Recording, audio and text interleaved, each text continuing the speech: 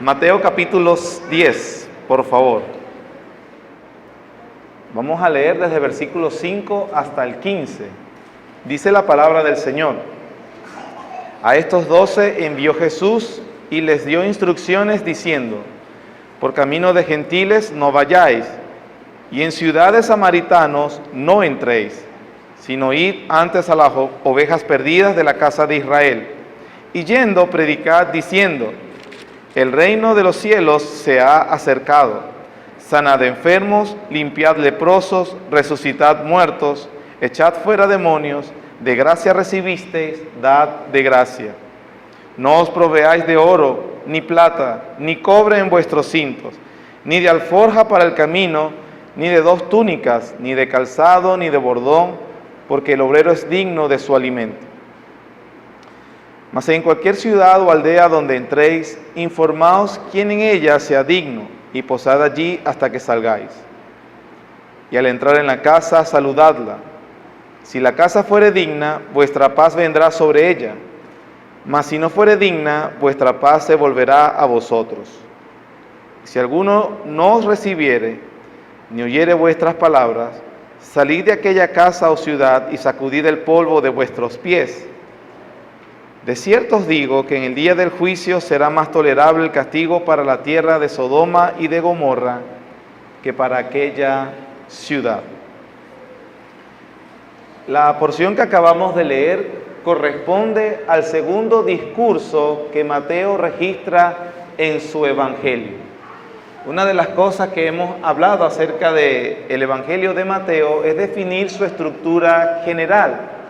Mateo entonces, él coloca 5 discursos de nuestro Señor Jesús.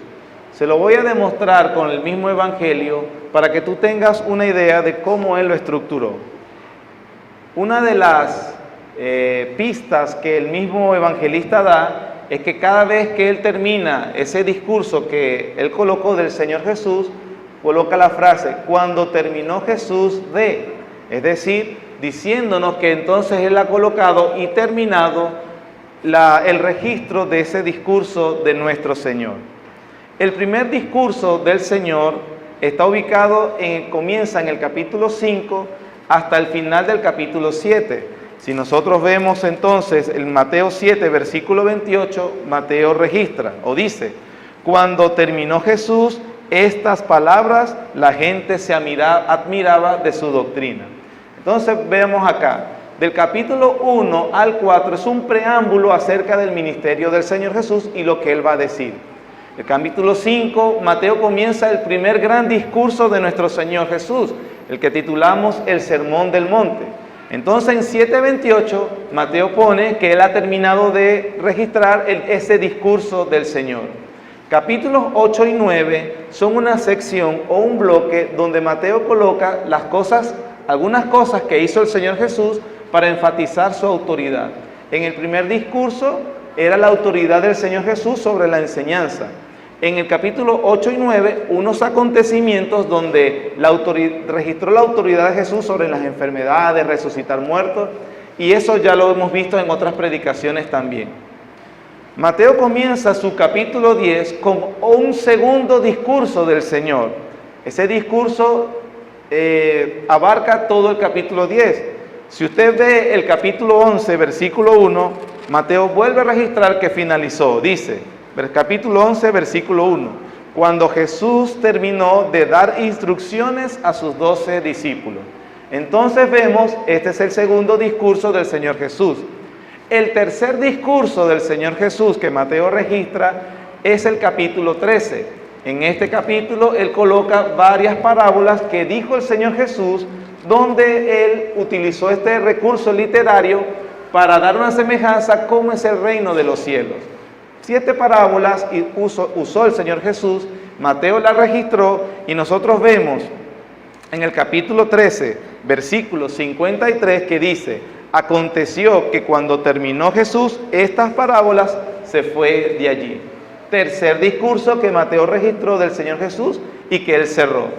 Coloca otros acontecimientos, otro bloque de la sección del Señor Jesús, Y él después comienza otra vez con un cuarto discurso, que es el capítulo 18, acerca del perdonar a los demás y de la disciplina en la iglesia.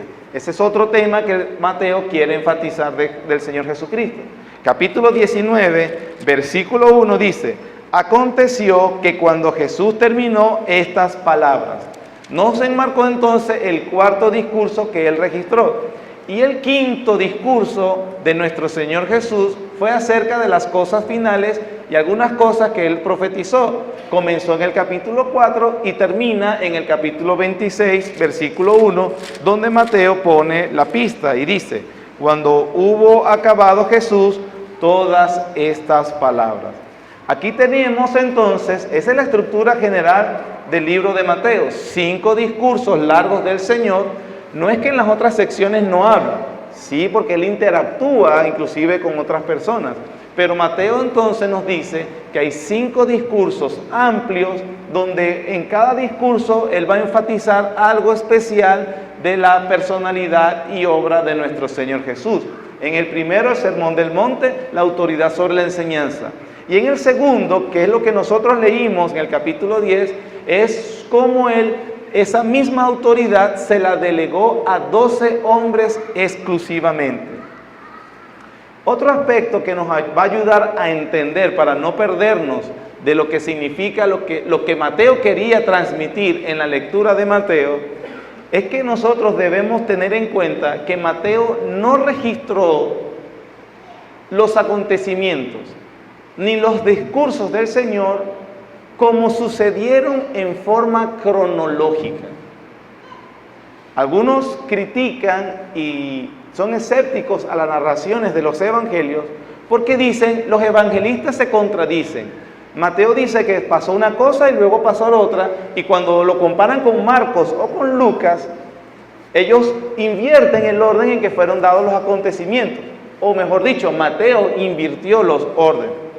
Eso es un detalle muy importante a lo resto del Evangelio, pero también con lo que nosotros vamos a estar viendo en el capítulo 10, con el favor del Señor, el día de hoy y las veces que nos correspondan.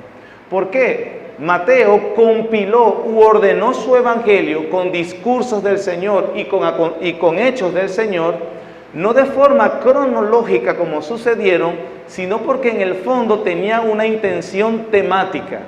Él quiere resaltar la autoridad de Jesucristo como el Rey prometido en las Escrituras, y que ahora todo aquel que quería estar o participar del reino de Dios debía someterse al señorío de Jesucristo. Su propósito o la razón de cómo Él ordenó su evangelio es temático, no cronológico. Y ese detalle es muy importante tenerlo en cuenta. Por ejemplo, cuando nosotros vemos el capítulo 10, uno se puede preguntar, ¿por qué Mateo colocó estas instrucciones en este momento, justo después de narrar la autoridad de Jesús sobre las enfermedades? La razón se ve muy clara. Por ejemplo, vamos al capítulo 10, versículos 8 y 9. Dice: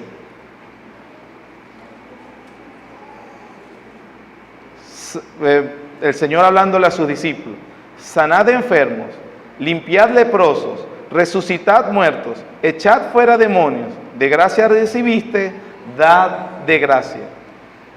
Cuando el Señor le da esas instrucciones a los discípulos, le dice que su ministerio se caracterizaría por estas cosas.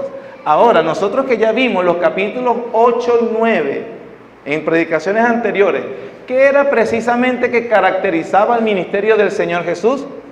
Sanaba leprosos, echó fuera demonios, sanó a otras personas de sus enfermedades y también resucitó a la hija de Jairo.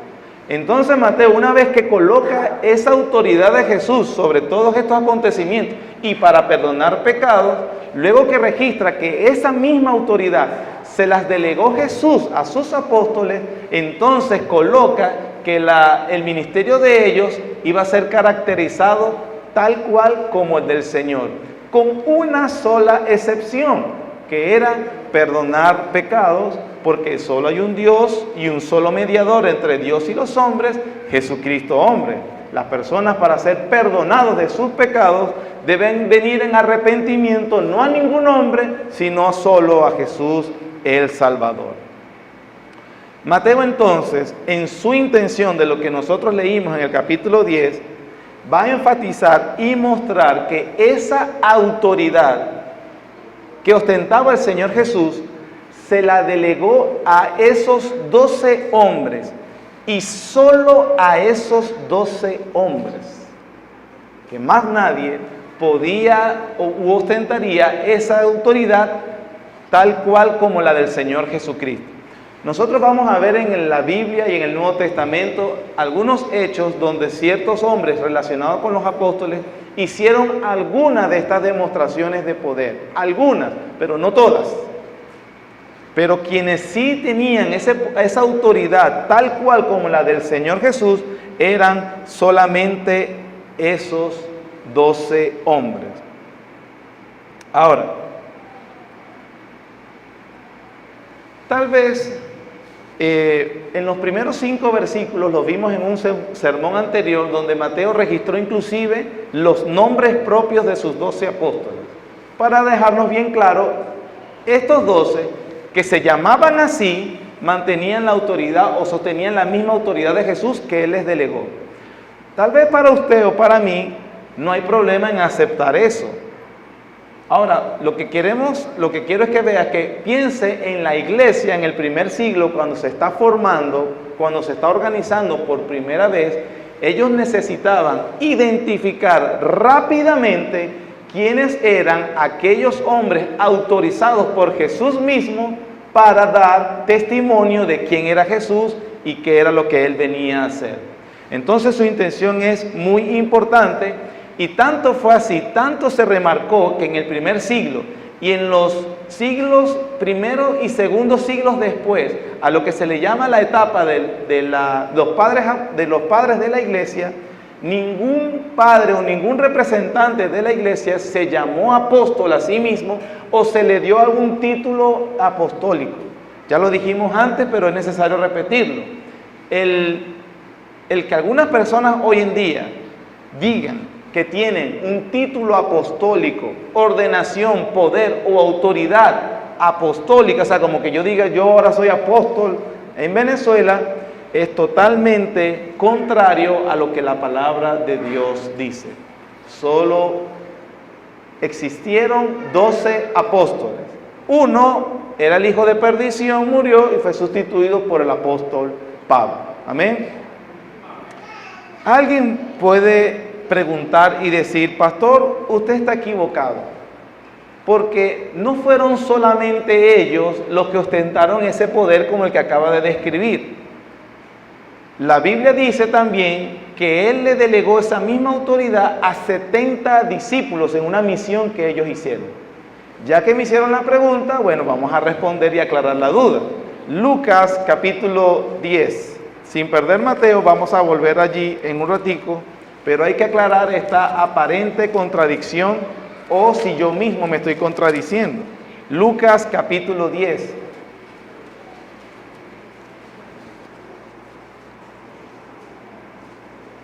Recordemos que el tema es que esta autoridad y poder que tenían estos hombres, Mateo la registró para avisar que eran ellos y solamente ellos, y que más nadie puede decir que tiene esa autoridad.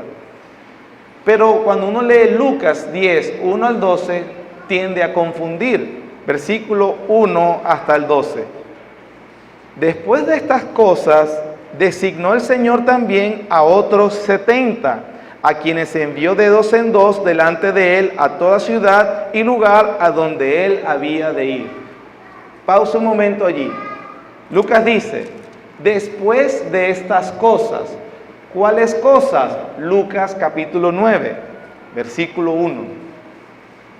Dice, habiendo reunido a sus 12 discípulos, les dio poder y autoridad sobre todos los demonios y para sanar enfermedades.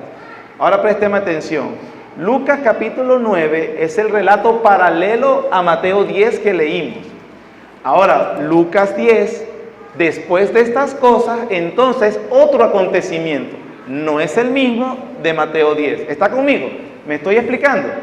Mateo 10 otra vez, Lucas 10, capítulo 10, versículo 1. Después de estas cosas designó el Señor también a otros 70, a quienes envió de dos en dos delante de él a toda ciudad y lugar donde él había de ir. Y les decía: la mies a la verdad es mucha, mas los obreros pocos. Por tanto, rogad al Señor de las mies que envíe obreros a sus mies. Y he aquí yo os envío como corderos en medio de lobos. No llevéis bolsa, ni alforja, ni calzado, y a nadie saludéis por el camino. En cualquier casa donde entréis, primeramente decid: paz sea a esta casa. Y si hubiera allí algún hijo de paz, vuestra paz reposará sobre él, y si no, se volverá a vosotros. Y posad en aquella misma casa, comiendo y bebiendo lo que os den, porque el obrero es digno de su salario. No os paséis de casa en casa. En cualquier ciudad donde entréis y os reciban, comed todo lo que os pongan delante, y sanad a los enfermos que en ella haya, y decidles: se ha acercado a vosotros el reino de Dios. Mas en cualquier ciudad donde entréis y no os reciban, saliendo por sus calles, decid: aún el polvo de vuestra ciudad que se ha pegado a nuestros pies, lo sacudimos contra vosotros. Pero esto sabed, que el reino de Dios se ha acercado a vosotros, y os digo que en aquel día será más tolerable el castigo para Sodoma que para aquella ciudad. En una primera lectura se tiende a pensar que es exactamente el mismo relato de Mateo 10. Ya dije el primer punto, ¿por qué no es? Porque Lucas dice que fue después de darle una comisión a los 12 apóstoles. Sin embargo, las diferencias que se pueden dar, vamos a enumerar 4 para aclarar. La primera diferencia: la misión de los 70 discípulos solo está registrado en el Evangelio de Lucas. Los otros evangelios no lo registran, mientras que el de la delegación apostólica se encuentra en los 3 evangelios, incluyendo a Lucas en otro capítulo, ¿sí? Esa es la primera razón por la cual no es el mismo acontecimiento. Segunda razón: de los 70 discípulos, Lucas no registra nombres propios. Usted dirá: bueno, porque son muchos y hay que ahorrar la tinta o papel. Eso es un argumento que cae porque en las Escrituras nosotros vemos que no se tiembla el pulso para escribir todos los nombres que sean necesarios, si es importante para el lector que sepan. Hay genealogías completas y a veces algunos creyentes, creyendo que no tienen interés, pero sí las tienen, el Señor es sabio, colocó todos esos nombres para que nosotros supiéramos exactamente por algún tema de familia, cómo venían estas cosas. Por lo tanto, que Lucas no haya registrado el nombre de los 70 no se debe a que tenía pereza de escribir o que quería sintetizar, sino porque identificarlos no era relevante. No era relevante para sus lectores que supieran quiénes eran estos 70. Sin embargo, el nombre de los 12 apóstoles era totalmente imprescindible. Se tenía que saber quiénes eran esos 12 apóstoles. Tercera razón: la misión de los 70 fue corta y local, mientras que la de los 12 era mucho más trascendente y abarca toda la vida de los apóstoles. Las instrucciones a los 70 fueron temporales y específicas a esa misión. Las de los apóstoles fueron algunas temporales y otras obviamente que traspasaron el tiempo. Un erudito del Nuevo Testamento dijo lo siguiente, se llama Fawcett, y dijo, hablando de la misión de los 70, esta misión de los 70, a diferencia a la de los 12 apóstoles, fue evidentemente temporal. Todas las instrucciones están de acuerdo con una misión breve y rápida de exploración, mientras que las instrucciones dadas a los 12, además de incluir todas las que le fueron dadas a los 70, contempla efectos mundiales y permanentes. Por lo tanto, al regreso de los 70 discípulos de esta única gira misionera, no volvemos a oír más de ellos. Se nombra esa misión, ellos regresan y la Biblia hace silencio total en cuanto a la misión de estos 70 discípulos. Y el hecho de que no se vuelva a oír de los 70 discípulos después de esta misión es la cuarta razón. ¿Por qué? Porque la de los apóstoles, la misión de los apóstoles o su responsabilidad son personajes centrales en el resto de las escrituras, que no es así la de los 70.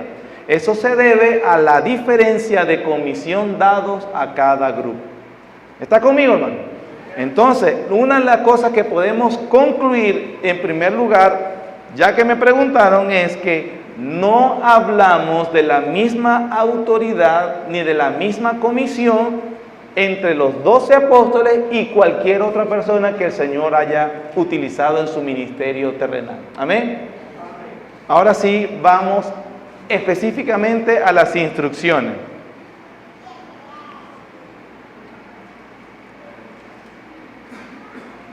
Mateo capítulo 10.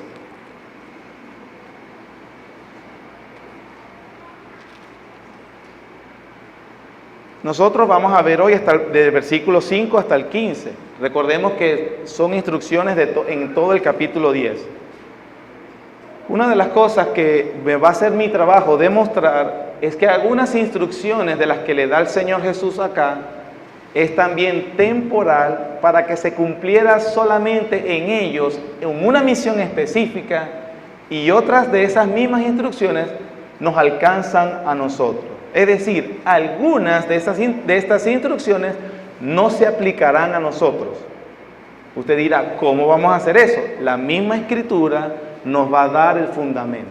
Ese será mi trabajo y espero que cuando terminemos tú lo puedas comprender, no porque son razones caprichosas que yo establecí, sino que la misma Escritura nos los va a demostrar.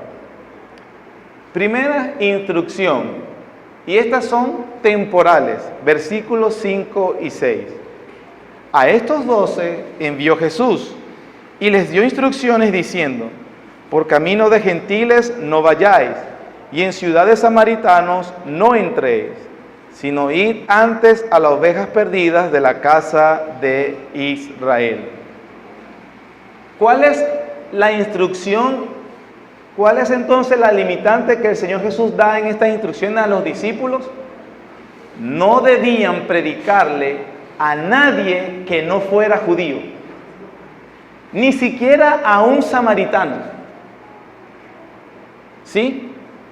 Estas instrucciones son temporales y se debían cumplir en ese momento a los apóstoles, en esa misión primaria de los apóstoles. ¿Por qué razón había que predicarle solo a los judíos? ¿Cuál era el problema de predicar el evangelio a un gentil o a un samaritano? Esta restricción, hermanos, se debe, escúcheme bien, al cronograma que Dios estableció en su plan de redención a los hombres, donde el cumplimiento de las promesas hechas en las Escrituras se debía anunciar primeramente a los judíos, luego a los gentiles, según el plan de Dios. Por eso Pablo escribía también a los romanos, al judío primeramente y también al griego. De ahí, hermanos, que esa misión específica y exclusiva solo a los judíos, cuando el Señor Jesús se le acerca a una mujer cananea, es decir, no judía, que por favor le ayude con su hija que está enferma y que le pide que la sane, Jesús responde: no soy enviado sino a las ovejas perdidas de la casa de Israel. Es decir, el Señor Jesús tenía un cronograma que cumplir y, como Él mismo lo decía, yo estoy haciendo la voluntad de mi Padre. El anuncio del Evangelio primeramente había que ser a los judíos, tanto así que Él no se acercaba a ciudades gentiles.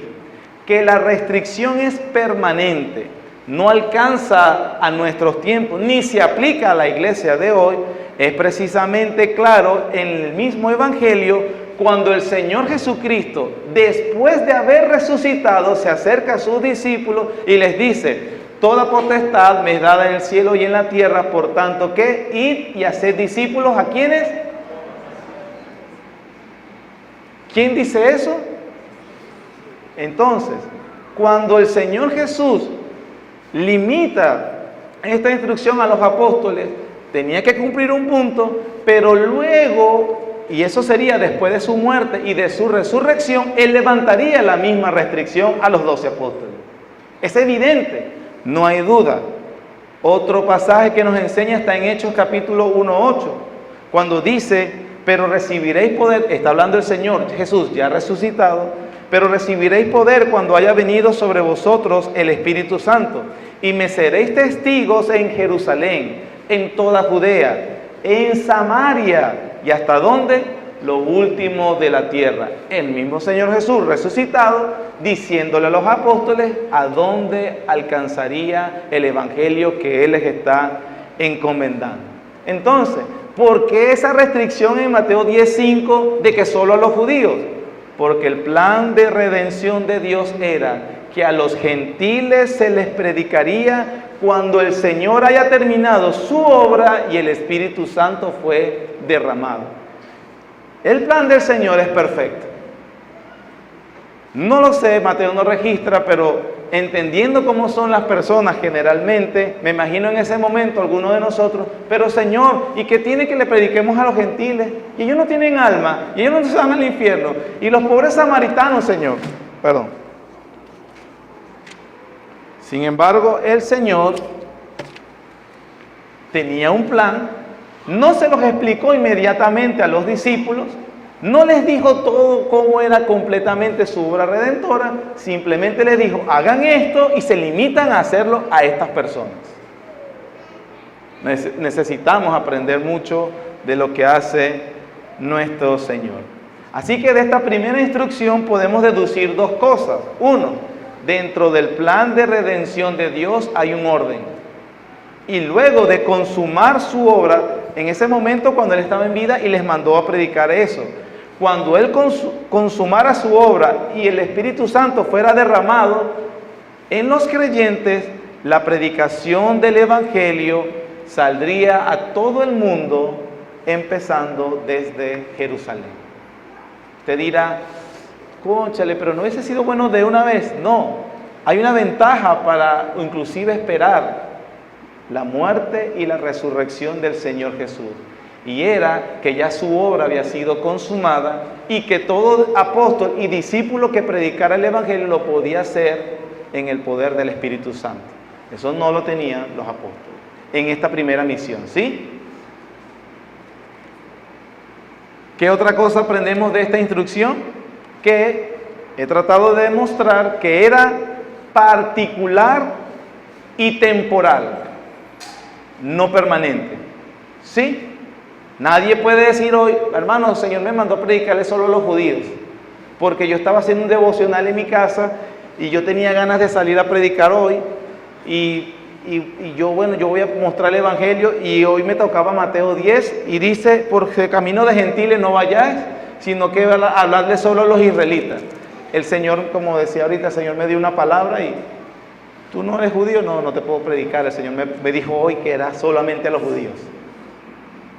Es una instrucción temporal, de no permanente, es decir, no se aplica para nosotros hoy, ¿sí? Espero habérselo demostrado con la misma escritura. Segundo punto, ¿qué tendrían que decir los apóstoles? ¿Cuál era el mensaje que debía transmitir? Versículos 7 y 8. Y yendo, predicad, diciendo, el reino de los cielos se ha acercado. Sanad enfermos, limpiad leprosos, resucitad muertos, echad fuera demonios. De gracia recibiste, dad de gracia. Ya hemos establecido desde que comenzamos que la referencia es a los apóstoles. Y ojo, entonces te ve a dónde estaba limitado el uso de ese poder y autoridad y a quiénes, en cuánto tiempo y por qué.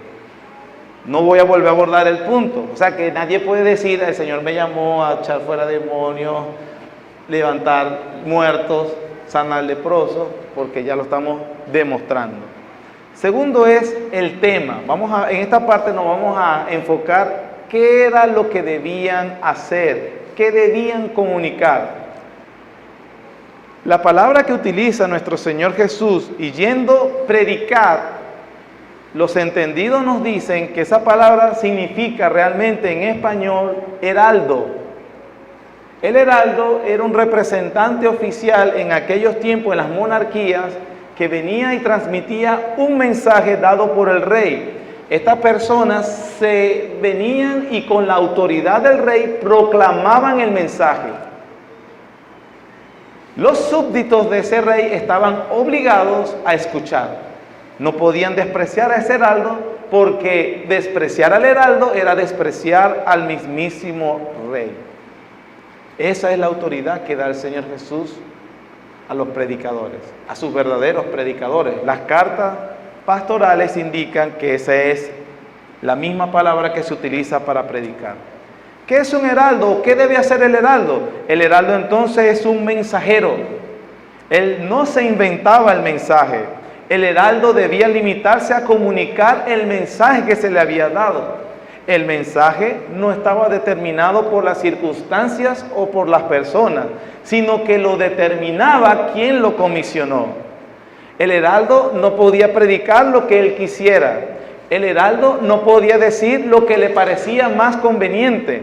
El mensaje estaba bien definido y ese mensaje era definido por quien lo enviaba. La responsabilidad de los apóstoles en ese momento, la misma que tiene todo predicador del evangelio hoy, es comunicar el mensaje que Dios ha dado para que los hombres lo escuchen.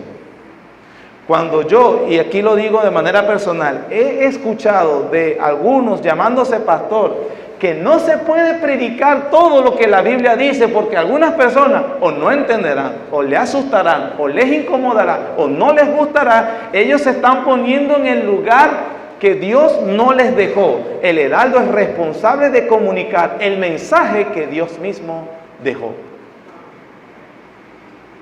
El mensaje estaba bien claro. El reino de los cielos se ha acercado.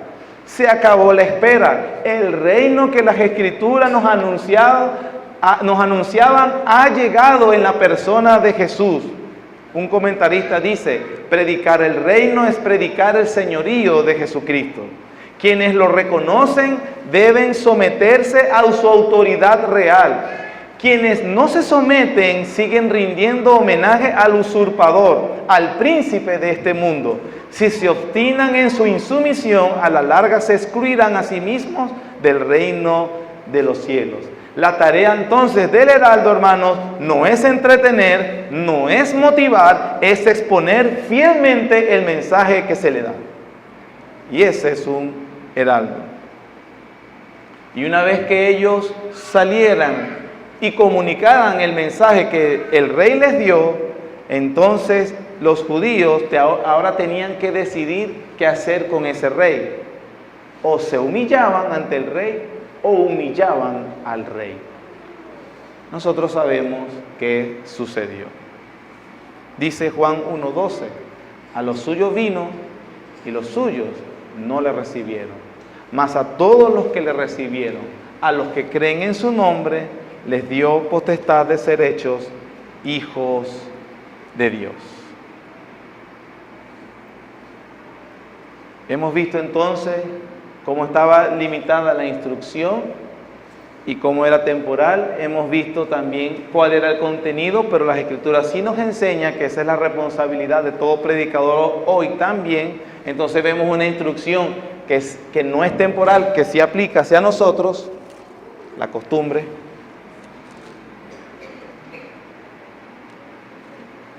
Lo siguiente que dice nuestro Señor Jesús tiene que ver con un aspecto práctico.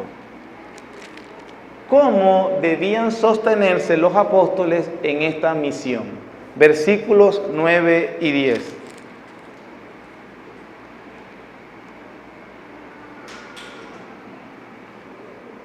No os proveáis de oro, ni plata, ni cobre en vuestros cintos, ni de alforja para el camino, ni de 2 túnicas, ni de calzado, ni de bordón, porque el obrero es digno de su alimento. Aquí vemos claramente que el Señor les dice que no debían llevarse o no debían cargar algo, nada sino estrictamente lo necesario. Podemos entender que inclusive solo lo opuesto, y que no debían llevar inclusive comida para comer por allá. ¿Por qué? La pregunta que vamos a responder en esta instrucción es ¿por qué el Señor lo envió así? Y la segunda, ¿se sigue sosteniendo ese principio? ¿Sabían ustedes que hay personas que dicen hoy que debido a esta instrucción los predicadores oficiales de la iglesia no deberían, por ejemplo, tener algún tipo de sostenimiento de la misma iglesia local porque Jesucristo lo prohibió? Eso se enseña hoy. Ahora el pregunto es, bueno, si lo enseña Jesús, obedezcamos al Señor Jesús, como nos enseñaban esta mañana, solo Escritura. Si así lo estableció el Señor Jesús, debe ser obedecido así. Ahora, si es una mala interpretación, si es temporal o atemporal, es importante que las mismas Escrituras nos digan. La razón nos las dice el mismo versículo 10 en su parte final. Dice que no debían llevarse nada, ni calzado, ni dos túnicas, porque el obrero es digno de su alimento. Ellos habían sido comisionados por Jesucristo, los apóstoles, y que en esa misión las mismas personas a donde ellos fueran los iban a sostener a ellos mismos. Hermanos, aquí en estas instrucciones hay un principio temporal y uno que no es temporal. Eso de salir sin nada era algo que se aplicaba solamente a sus 12 apóstoles y de manera temporal. Es decir, ni siquiera ellos vivieron en ese régimen durante el resto de su vida. Fue por un tiempo. ¿Por qué, pastor, usted dice eso? Porque lo dijo el mismo Señor Jesucristo. Lucas capítulo 22.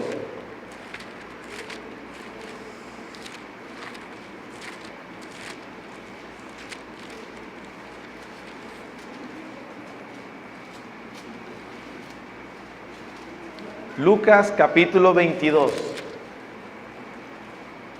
versículos 35 y 36, dice la Biblia.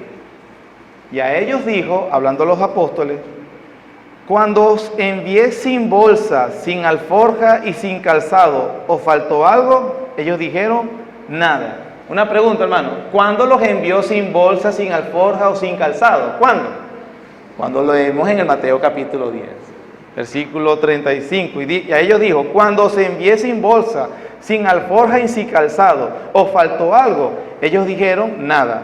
36, y les dijo, pues ahora el que tiene bolsa, tómela, y también la alforja, y el que no tiene espada, venda su capa y compre una. Así que aquí vemos que el mismo Señor Jesucristo les levantó ese régimen a los 12 apóstoles en esa misión particular. Ellos la fueron a hacer, estaban regresando y simplemente le cambió las instrucciones porque las circunstancias también cambiarían. Entonces aquí vemos, por ejemplo, y nos estamos viendo de que ese principio, ese régimen de no tener absolutamente nada, de no llevar nada para el trabajo misionero, fue algo temporal, único para los 12 en un tiempo determinado, porque a ellos mismos el Señor les quitó ese régimen, ¿sí? Lo acabamos de ver. Un autor se pregunta, ¿cómo debemos hacer hoy entonces en las misiones cristianas? No debemos hacer ningún tipo de previsión o tomar provisiones cuando vamos a hacer el ministerio cristiano. No debemos llevar maleta o no debemos cargar dinero si vamos a viajar. Hermanos, como les dije ahorita, algunos o muchos leyendo estos versículos actúan de manera irresponsable porque estaban dispuestos a dar su vida por el Señor. Estaban queriendo, vamos a evangelizar el mundo, se iban con la familia, leyeron hoy Mateo 10 en su devocional y le dijeron a la esposa, mi amor, deja las maletas, el Señor me ha dado una palabra. el día de hoy me ha dicho, esa es una manera irresponsable de acercarse a las Escrituras. Usted no puede decir que es una lotería, a ver qué me dice hoy. Cuando alguien dice eso o se acerca a leer la Biblia de esa manera, está cometiendo un grave error. Grave error. Inclusive, ya les expliqué o vimos cómo ni los mismos apóstoles tenían ese régimen de por vida. Y el mismo ministerio del apóstol Pablo son ejemplos de que no era el régimen para él ni para los después de él. Porque en las cartas pastorales él agradece a las iglesias que le sostenían a él en el ministerio y en su labor de llevar el evangelio. Así que acabamos de ver que ese principio era ¿qué? Temporal. Pero al mismo tiempo aquí hay un principio vigente. ¿Cuál es el principio vigente? Hermanos, el principio vigente es que los que predican como oficiales reconocidos de la iglesia local deben vivir del evangelio. Eso no se establece de manera arbitraria, caprichosa o conveniente. Es lo que enseña el mismo Señor Jesús en su palabra. Es las Escrituras la que establece qué principio es temporal y cuál permanente. Y que el principio de los que predican oficialmente el Evangelio, vivan del Evangelio, es un principio escritural. Ojo, y que para esto tendrá que recordar la predicación de los primeros 5 versículos, donde quienes son oficiales de una iglesia local nunca son por capricho personal o deseo, sino porque Dios los da a la iglesia y la iglesia reconoce lo que el Señor ha puesto en sus manos. No es que cualquiera va a decir, ahora, ¿saben qué, hermano? Yo decidí hoy predicar el Evangelio y ahora todos me sostienen. Es una manera nuevamente irresponsable y antibíblica de ejercer el ministerio. Pero eso lo vimos en el sermón anterior. ¿Qué es lo que enseña la Biblia con el principio vigente que estamos diciendo? Vamos a primera carta de Pablo a los Corintios, capítulo 9.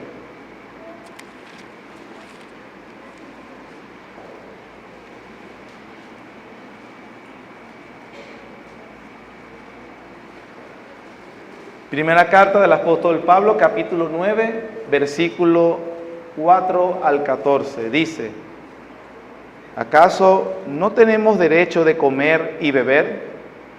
¿No tenemos derecho de traer con nosotros una hermana por mujer, como también los otros apóstoles y los hermanos del Señor y Cefas? ¿O solo yo y Bernabé no tenemos derecho de no trabajar?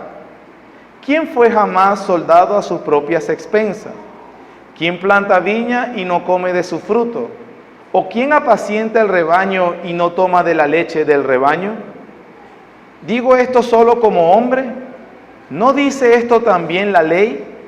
Porque en la ley de Moisés está escrito: no pondrás bozal al buey que trilla. ¿Tiene Dios cuidado de los bueyes o lo dice enteramente por nosotros?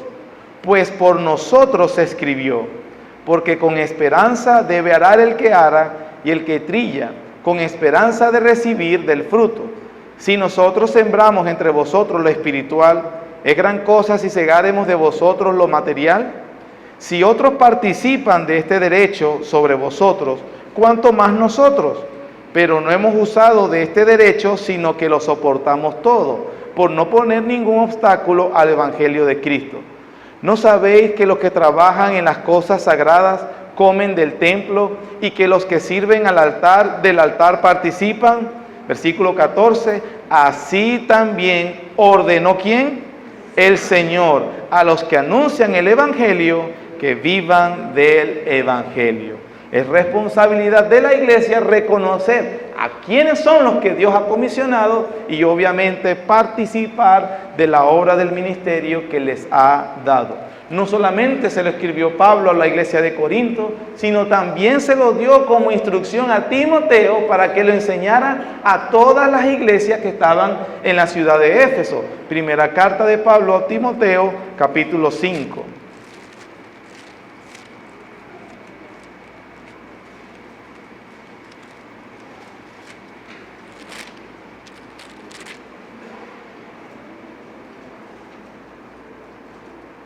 Primera carta de Pablo a Timoteo, capítulo 5, versículos 17 y 18. Los ancianos que gobiernan bien sean tenidos por dignos de doble honor, mayormente los que trabajan en predicar y enseñar. Pues la Escritura dice, no pondrás bozal al buey que trilla, y digno es el obrero de su salario. Es interesante, una nota extra, que la ley, el Antiguo Testamento no dice en ninguna parte digno es el obrero de su salario. ¿Dónde dice digno es el obrero de su salario? En Mateo 10:5. O sea, Pablo tomó la escritura de Mateo y la equiparó a las escrituras del Antiguo Testamento. Y Pablo dice, como dice así las escrituras completamente, el obrero es digno de su salario, no pondrás bozal al buey que trilla. Así que, hermanos, con esto también me he esforzado en este otro principio, explicar lo temporal, pero también cuál es el principio permanente. Y mi propósito ha sido enseñarlo con las Escrituras. Amén. Ya hemos visto entonces las instrucciones con respecto a quién ir, cómo se sostendrían. Hemos visto las aplicaciones. Por último, el Señor da una solemne advertencia. Versículos 11 al 15. Mas en cualquier ciudad o aldea donde entréis, informaos quién en ella sea digno y posad allí hasta que salgáis. Y al entrar en la casa, saludadla. Si la casa fuere digna, vuestra paz vendrá sobre ella. Mas si no fuere digna, vuestra paz se volverá a vosotros. Y si alguno no recibiere ni oyere vuestras palabras, salid de aquella casa o ciudad y sacudid el polvo de vuestros pies. De cierto os digo que en el día del juicio será más tolerable el castigo para la tierra de Sodoma y de Gomorra que para aquella ciudad. Este aspecto práctico también de donde ellos se hospedarían, ya el Señor Jesús ha dicho, bueno, en la casa donde sea digno, hospédense allí. Para aquel tiempo, mis hermanos, las posadas en Israel eran pocas y las que habían no tenían buena reputación. Eran, usted sabe. Así que si estos heraldos o mensajeros del reino de Dios se hospedaban en un lugar que no tuviera muy buena reputación, lo más probable es que la misma imagen de ellos se estaría empañando, pero no tanto por ellos, sino porque el mensaje que iban a comunicar también se empañaría. Se cuestionaría mucho escuchar a alguien que frecuentas de dudosa conducta. Así que por eso la advertencia y el consejo del Señor, el mandato es no se hospeden en las posadas porque mancharían el mensaje. La frase la casa digna se refiere también a que ellos culturalmente, los judíos, ellos veían como privilegio hospedar a viajeros. Recuérdense que los judíos tienen mucha importancia eso lo de las genealogías. ¿De dónde vienes tú? ¿Cuál es tu familia? Y ellos entenderían. ¿Qué hacían las personas que visitaban a familiares y no los encontraban o estaban de negocio por su comercio? Se iban a las plazas públicas de la ciudad y allí se daban a conocer.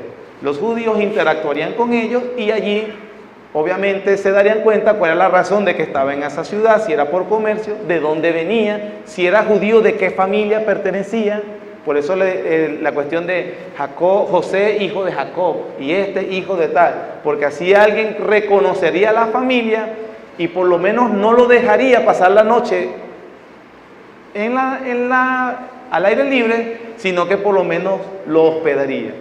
El Señor Jesús le dice, utilicen ese recurso para que si alguien los hospeda, y allí entonces vendrá la paz. ¿Por qué? Porque ellos dirían, ¿quiénes son ustedes? Somos apóstoles del Señor Jesús y venimos a predicar el Evangelio del Reino. Quienes lo recibirían eran porque estaban aceptando el mensaje. Quienes no le recibían, rechazarían las palabras de ellos. Dice el Señor, si alguno oyere vuestras palabras la paz de Dios va a venir sobre él. ¿Por qué? Porque se le estaba comunicando al rey que venía y se le estaba diciendo que se tenían que rendir. Y si se rendían, ese rey vendría con paz. Y cuando alguna población se rehusaba a admitir al rey que venía, entonces se le declaraba la guerra a esa población. Entonces las personas que escucharan o dejaban de escuchar el mensaje de los apóstoles, ellos tendrían la paz con Dios o perderían la paz con Dios. Sus oyentes, los oyentes de los apóstoles, debían arrepentirse, deponer la hostilidad, o de lo contrario, vendría el rey en guerra. Y eso es lo que le está diciendo, comunicando. Aquellos inclusive que se obstinan o se obstinarían en continuar sus vidas sin someterse al señorío del Rey Jesucristo, o que pretenden acercarse a Dios de otra manera que no fuera dispuesta por Él, le han declarado la guerra a Dios. Y eso es lo mismo con nosotros. ¿Cuál es la sentencia que el Señor les dice a ellos? Dice: si alguno no recibiere ni oyere vuestras palabras, salid de aquella casa o ciudad y sacudid el polvo de vuestros pies. Sacudirse el polvo de los pies era una imagen que daba un mensaje bien claro para cualquier judío. Un especialista en estos tiempos dice: en aquel entonces era habitual que cuando un judío atravesaba caminos gentiles, cuando llegaba a la frontera de Israel, se quitara la sandalia y se sacudía el polvo, porque él entendía que ese era polvo de tierra contaminada y él no iba a contaminar su tierra santa.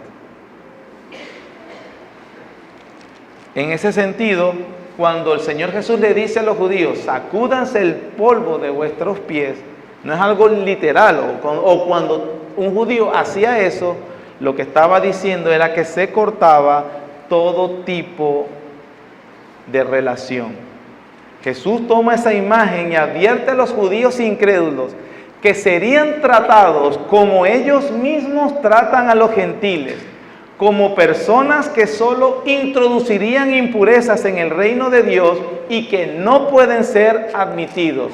En el día final, Dios sacudirá su sandalia y sacudirá a todos los incrédulos que no se someten o no se sometieron al Rey Jesús.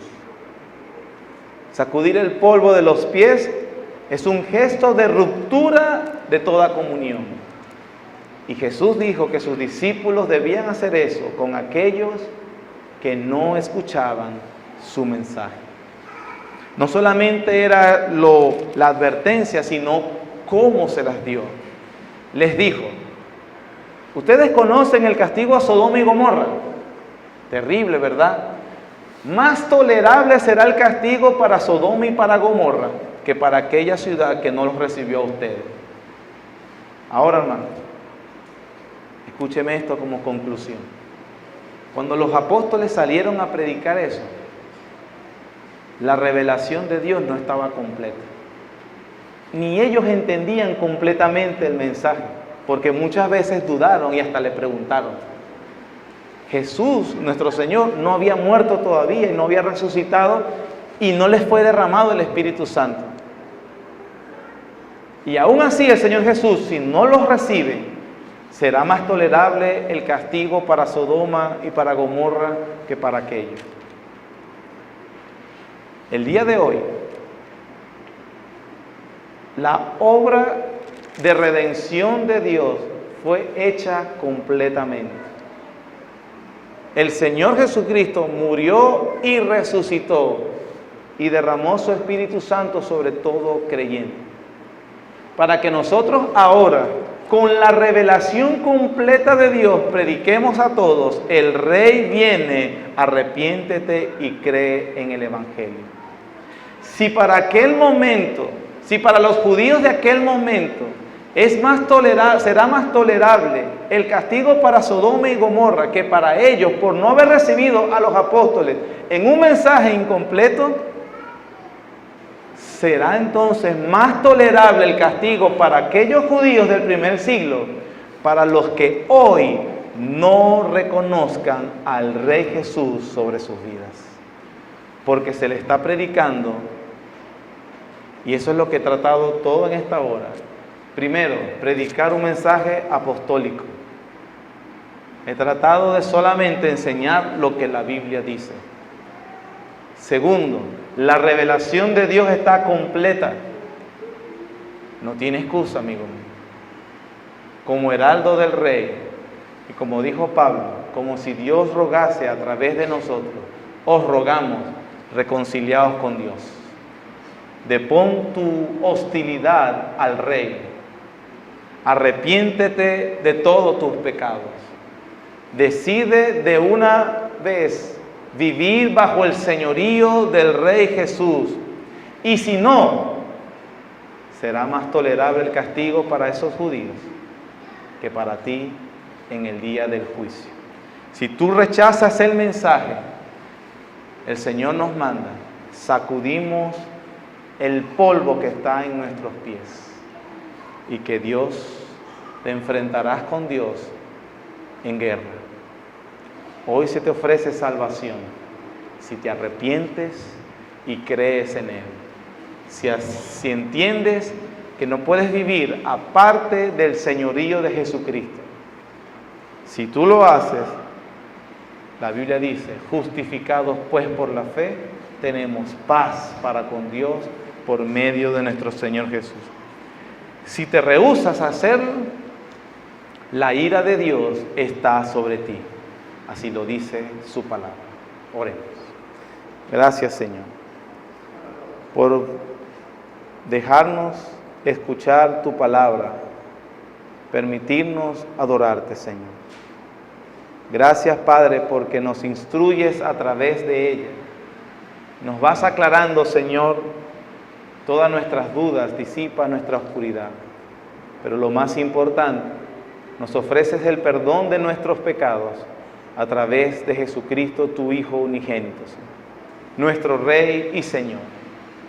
Dios, ayúdanos como iglesia a recordar que tenemos un Señor, un Dios y un Señor, nuestro Señor Jesucristo, y que debemos vivir rendidos completamente a Él, Señor. Ayúdanos a entender las instrucciones que dejaste en tu palabra para que nosotros apliquemos, por supuesto, lo que nos es pertinente, Señor, como la razón de predicar correctamente o fielmente, Señor. Ayúdanos a no desviarnos, Padre. Somos heraldos, comunicamos un mensaje, no nuestro mensaje, Señor. Comunicamos lo que tú quieres que los hombres sepan, lo que has hecho en tu Hijo Jesucristo. Oh Dios, ayúdanos como iglesia, pero también cuando lo hacemos de manera individual, que seamos fieles a tu mensaje, Señor. Padre, ayúdanos a preservar cada principio que tú has dejado en tu palabra. También, Señor, te rogamos para que aquellos que están hoy en guerra puedan deponer sus armas de hostilidad en guerra contra Dios y aceptar a Jesús como su Salvador y Señor. Gracias, Padre, por tu bondad. En el nombre de Jesús, ayúdanos. Amén.